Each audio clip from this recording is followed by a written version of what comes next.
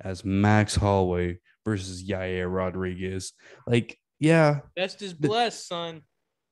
the card's not the greatest. It's good, but I mean, good lord, this could be a title match in basically any other era of the UFC and be the best title match of the year. So this week's main event, without further ado, is Max Holloway versus Yair Rodriguez. Max is coming at 22-6, coming off a flawless performance against Calvin Cater of January of this year. Other than that, he had two losses to Alexander Volkanovski, who we now know is one of the pound for pound best fighters in the world. But Max is coming at 5'11 with a 69-inch reach. And El Pantera Yair Rodriguez is coming off a 2-year layoff. His last win was against Jeremy Stevens, and he's coming at 13-2. I mean, this guy's electric. He's coming in at 5'11 with a 71-inch reach, and both guys, of course, are fighting out of the featherweight division of 145 pounds. Dude, this is the striker's delight. You cannot get two better strikers in an octagon. I mean, people have been waiting for this fight for years. Even before Max lost his belt, people wanted to see Yair versus Max in a 5-round title fight. Although it's not for a belt, I mean, this is just absolutely bliss on the feet. I mean, I couldn't agree more. I think it's a great matchup, especially in terms of we talk about, oh, yeah, the UFC always does the striker versus the wrestler. This is a pretty stereotypical. You got the technical striker, you got the best boxer in the UFC, self-proclaimed and not self-proclaimed. But then you got Yair Rodriguez, who's like, he's a wild man. He's the flashiest striker in the UFC. I mean, he's just creative. Like, Yair Rodriguez doesn't come in with a game plan of X's and O's and punches and kicks. Sometimes it feels like so much as he goes, oh, that'll hurt you? Yeah, I'm going to do it. Spinning back elbow, that'll put you to sleep? I'll throw it.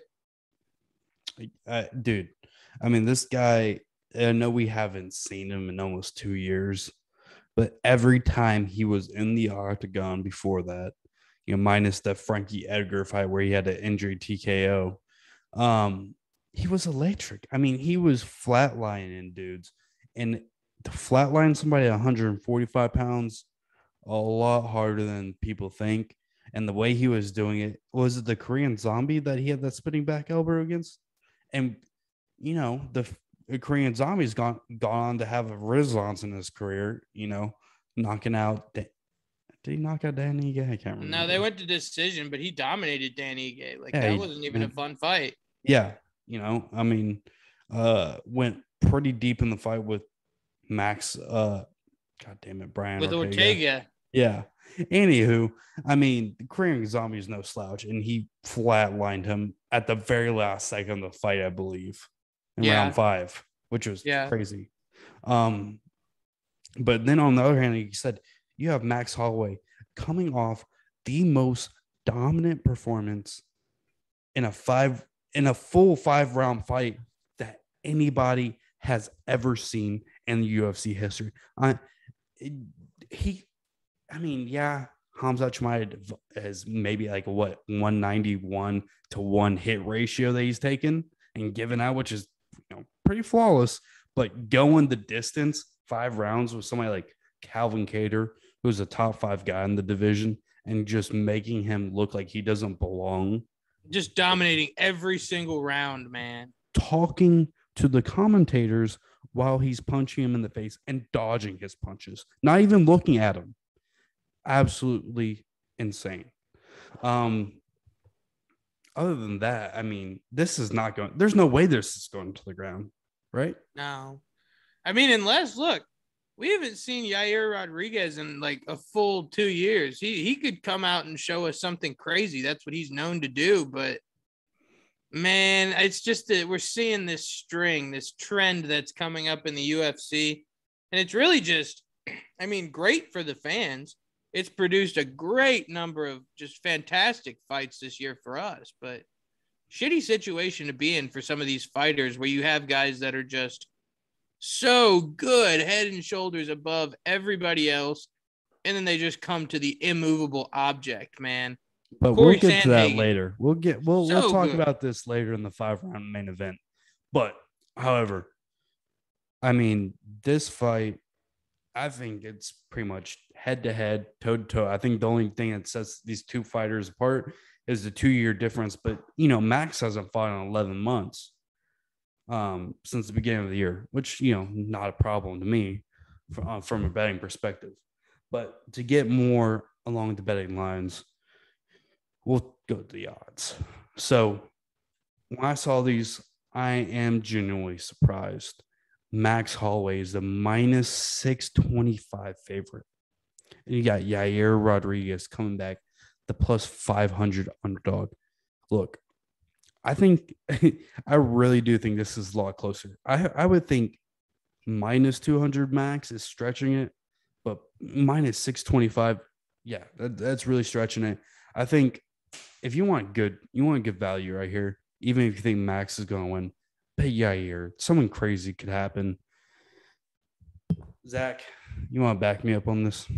Hell no. I absolutely disagree with what you're saying. If we're being completely honest with each other, it worries me a little bit for Max, which is odd that he hasn't fought in 11 months because he's a guy that we know likes to stay active. He likes to fight a lot, but there was no fight for him besides Yair. And while we would have liked to have this matchup back in July when it was scheduled, I guess you got to get both fighters healthy. You got to, if this is the match that you're going to put on, you have to make sure that you get both guys at the best you can get them at. That being said, even before suspension, Yair was losing the fight to Korean Zombie, was getting his ass kicked by Korean Zombie, and pulled off, I won't call it lucky, but pulled off a very good shot in a very pivotal clutch moment. Before that, he beat Jeremy Stevens in a 3-round decision, who's on a 5-fight skid.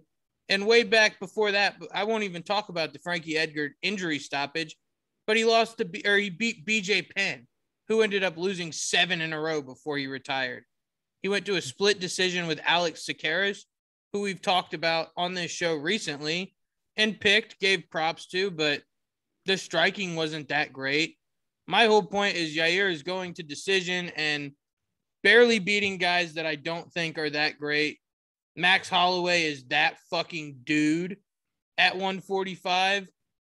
I don't know if this is going to be a finish for Max, but like you said, we're going to see high output from both sides. These dudes are going to burn it the fuck down.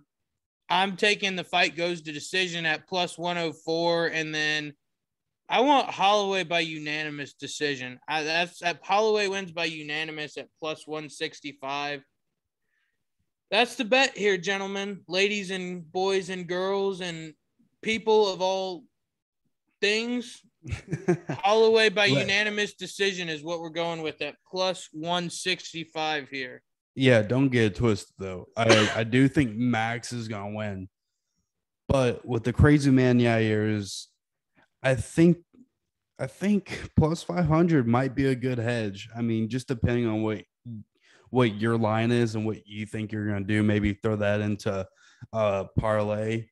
But I think Yair Rodriguez plus 500. I think you get some dynamite if something crazy happens. Of course, I don't think he's going to win a 5-round decision. But I'm going Max Holloway here. And I'll just go with whatever Zach said, really, for the props. I don't really see how, I guess, unanimous decision or fight goes to decision, whatever you think is best. Try to get your minus 625 odds down. But I think we both are pretty solid on Max Holloway this weekend. Look, and y'all got it here first, man. We got Song Ya Ding Dong. Both of us have Roman Dolidze on short notice. Felicia Spencer by wet blanket suffocation. A split in the heavyweight co-main event. I've got Lima. He's got Rothwell. And both of us are cashing Max Holloway, taking it straight to the bank.